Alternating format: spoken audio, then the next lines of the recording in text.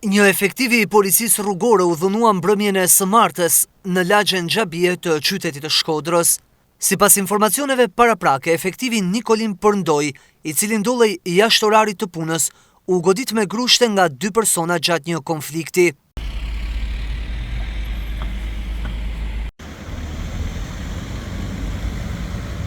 Me të marrë njoftimin për ngjarjen, në zonë mbërritën shërbimet e policisë dhe grupi hetimor, të cilët nisën veprimet për dokumentimin e plotë të rastit, identifikimin dhe kapjen e autorëve.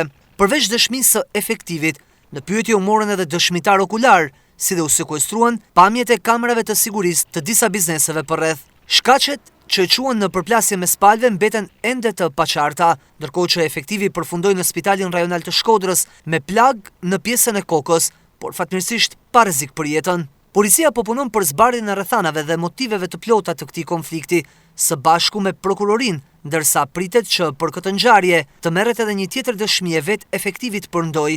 Pista kryesore ku po hetohet është ajo lidhur me detyrën që ushtron efektivi rrugorës, por nuk përjashtohet që konfliktit ketë ardhur edhe për motive personale.